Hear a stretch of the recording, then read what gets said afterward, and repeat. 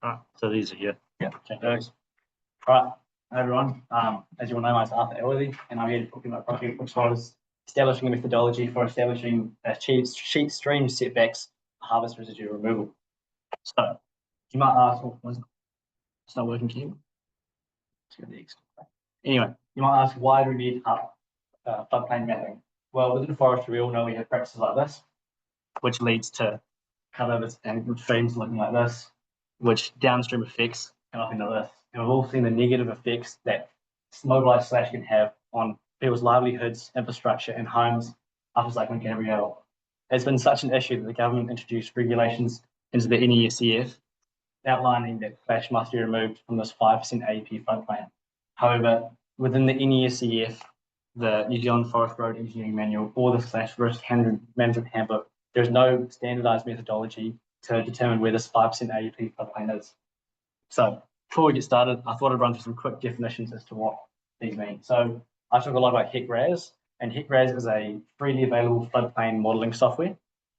It's the Hydraulic Engineering Center River Analysis System developed by the US Army of Engineering Corps.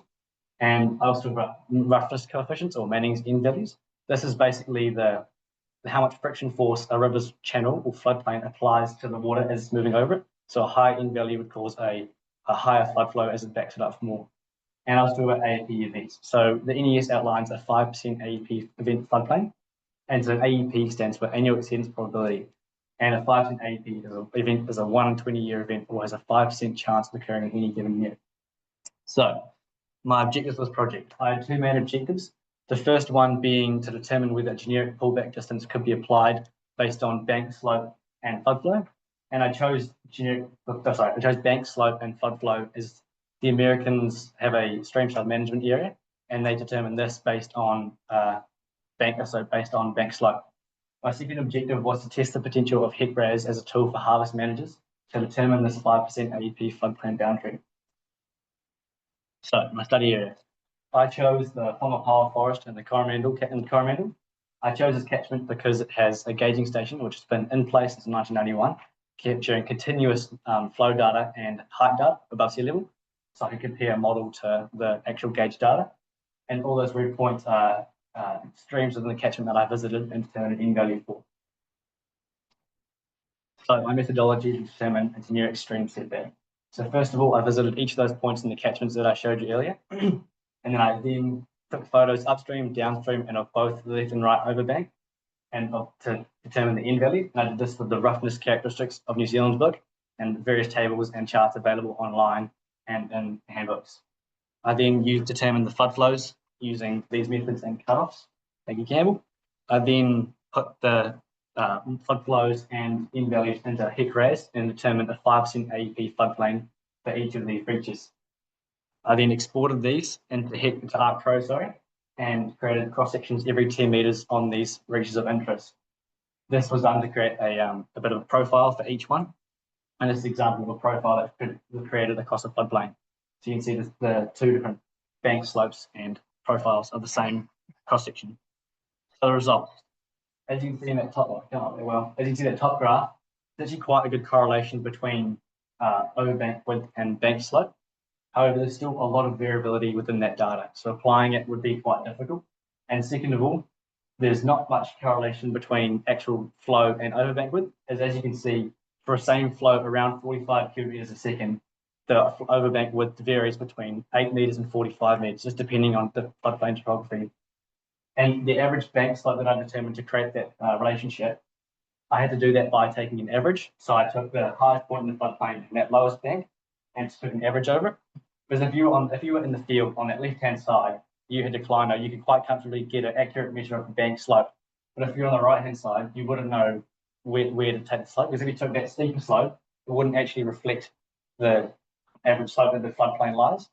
So it's a bit of a drawback to that method. So that leads me to my method for determining HECRAS as a tool for floodplains. So I modelled the known flow and height. So I modelled the known flow in HECRAS for the gauging station, and I then compared the height that the model produced to the height that the gauging station recorded. And then I used HECRAS to determine the floodplain boundaries for the rest of the points of interest in the catchment. I also ran the same model with a 2% AEP flow, which is a 1 in 50-year event, just to see how much the floodplain changes. I also used the same HICRAS models and ran them with higher N value, or more conservative N values. So I used 0.07 and 0.1, with the 0.07 being the channel coefficient and 0.1 being the floodplain coefficient. I chose these values, or these highest values that I saw when I was in the catchment. I also used 0.08 and 0.15, which are kind of upper end values that I determined from tables and charts for that area. So the result of this. So as you can see, I just did a quick statistical comparison between the actual modeled height and the floodplain gauge, and the model. And I found that there was 4.5 centimeters. The model was 4.5 centimeters higher than what the gauge did for that same flow of 267 cubic meters a second.